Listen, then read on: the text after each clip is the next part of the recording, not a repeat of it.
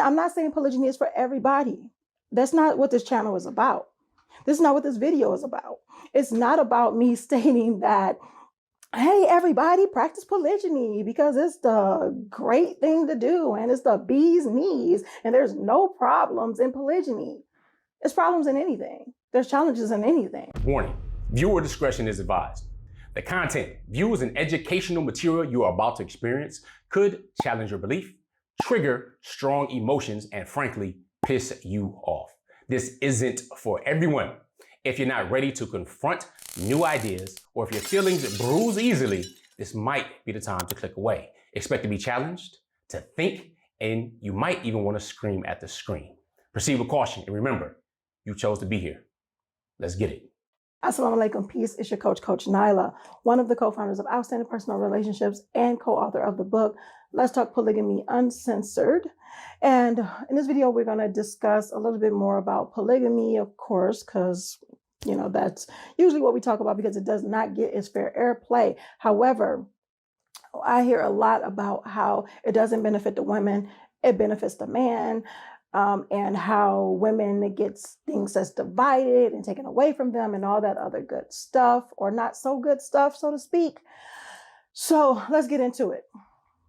Yes, it divides for the women and it multiplies for the men. The women get things divided. The time is divided. However, the time is not multiplied with the husband. He doesn't get more time. He gets more wives, so to speak. But with that comes more responsibility, more things that he must do in order to make sure that his family is being taken care of. Let me tell you some things that is also divided when it comes to the wife, you know, and I can speak from experience, and that is that the responsibility of taking care of a husband. And I'm not saying that you take care of a husband like a baby, but we know that we take care of each other. Husbands, wives, we take care of each other. So taking care of our husband is divided. Yes, he is our husband 100% of the time, as well as we are his wives 100% of the time. But because there are multiple wives, whether it's one extra wife or two or three, our time, not only is our time divided, but our responsibility is divided. And we have to stop looking at the division of time, so to speak, or the sharing of time, so to speak, as a negative thing, because that's just the time that we're spending with our husband. But we have to be honest with ourselves. Please, let's be honest with ourselves. And even in monogamy, we don't spend 100% of our time with our husbands. We don't spend a big chunk of our time with our husbands unless you are the anomaly out there that work from home and he works from home and you don't have children and all you do all the time, you want to just look at each other and look at each other googly eyed in the face. Maybe that you do have that, you know, and I'm talking tongue in cheek here, but we're going to be really honest. So, you know, I like to have fun. I like to be serious as well. But I'm going to let you guys in on that because when it comes to polygyny, any other thing, we won't have a problem with the time our husbands spend away. Not at all. But when he is married again or is another wife involved, now it's we don't have enough time or our time is split or is divided and we're losing out or we're missing out. When in all actuality, we actually get a lot of things that we should be grateful for. We should be grateful for. And I'm not saying polygyny is for everybody. That's not what this channel is about. This is not what this video is about. It's not about me stating that, hey, everybody, practice polygyny because it's the great thing to do and it's the bee's knees and there's no problems in polygyny. There's problems in anything. There's challenges in anything. However, what we need to stop doing, and yes, I'm going to say that what we need to stop doing is making polygyny out to be the evil twin or the bad guy or the horrible way of marriage where husbands don't care about the wives and, you know, wives are being pushed to the side and not cared about or cared for. And they're just sitting home boo-hooing and lonely. Now, don't get me wrong. There are a number of instances in polygyny where there are wives at home boo-hooing and feeling sad and sorry and things as far as that. Whether you're a first wife, second wife, And if you're still a wife in polygyny, it was a choice. The choice may not have been easy, and there's different reasons and different ways and different things that we may have went through. But when it all comes down to it, we have to understand that we did choose this. We did choose the life that we live. So the thing is, we don't want to take responsibility when it comes to polygyny because it's easy to play victim, or it's easy to get people to feel sorry or feel bad. And if it's something that we're not sure if we're really operating it at our highest level, it's easier to place blame than to take responsibility. However, we got to understand that we have to take responsibility for the choices that we make, regardless of if it was easy or hard. Those are still choices that we've made. We are adults here. So when it all comes down to it, yes, there are many benefits, a plethora of benefits when it comes to wives and polygyny. Am I telling you, hey, it's going to be easy peasy lemon squeezy? No, I'm not. No, I'm not. But there are benefits in polygyny for women. And the benefits just seriously outweigh the men, because a lot of things are multiplied. Even if they have children by this wife and another wife and this other wife, the children, the care for the children multiplies.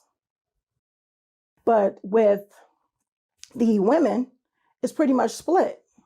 Because if you're taking care of one another as a family, if you're understanding that we as women are natural nurturers, and it doesn't matter if that child came from us or came from somebody else, that we still want to make sure that child has the best.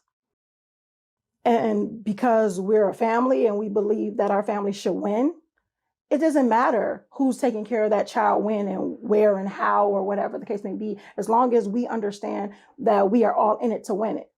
And we all have that same goal in mind. So then it may be times where this wife says, you know what, I want to do a few things, or I want to take a me day or a break day or whatever the case may be. And she's like, hey, do you mind watching the kids? Or do you mind the kids coming over? So case in point, and it doesn't have anything to do with having break days or anything like that, but it does go into how co-wives work together. The younger kids get homeschooled at the house that Coach Nazir and I share. And that does give Coach Fatimah her time to do whatever she chooses to do, because the other children are mainly adults in the household. Besides, our 16-year-old, I say our because that's my bonus baby, and that's my baby. So when it comes to that, when it comes down to it, she gets that time. But then they also go over the house that Coach Nyla shares with her for different outings, or to go play, or to get away for a second, to just have a change of scenery, and to even spend nights. And that gives me my time too, break time. Husbands don't really have that for the most part. You may think they do, but they really don't, because they still have to think, okay, I need to get food, I have to run errands, I have to do these different things. Now, I don't know how the dynamic is set up, and if you're in polygyny, I don't know how your dynamic is set up, but I know for us, that's kind of how it is.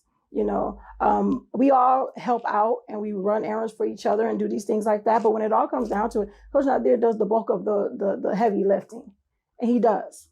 So, yes, I will be grateful, and I would say that I'm very privileged, and we as wives and even the children are privileged when it comes to that.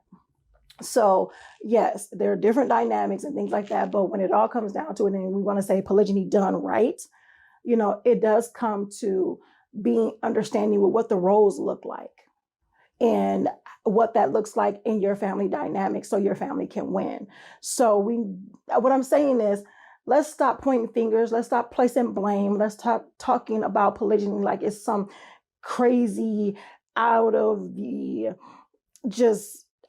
backwoods type of weirdness that only the men benefit for their lustful desires and no one else, not even the children, benefit. And that's a whole nother video for another time, because people do have the question, and that's coming up soon too, of what about the kids in polygyny? Do the kids get to see their dad every day, or is it split 50-50, or they only see them half the time when they used to see them 100% of the time. And in our dynamic, they see their father every single day, even though he have 2 separate households. Anyway, that's for another day. So if you guys like more content like this, if you guys like this and think that it can benefit someone else, make sure you like, share, because sharing is caring, and comment down below what your polygyny dynamic is if you are in polygyny. And if you're not in polygyny, but you are thinking about it, or that seems like a topic of discussion in your household, what does your ideal situation will look like? Put that in the comments below. I look forward to hearing from you guys. And until next time, make sure you are growing intentionally, loving fearlessly, and connecting on a higher level every single day. It's your coach, Coach Nyla. I'll see you in the next one. Assalamu alaikum. Peace. I'm a polygamous man. Yeah, I said it. And I hated it when I found out. Well, I kind of liked it when I found out. Was it easy? Not at all. However, if you want to practice polygamy without destroying your family, make sure you grab our book. It's been called The Blueprint to Polygamy. The link is in the description. or comment Uncensored. and we'll send you the link.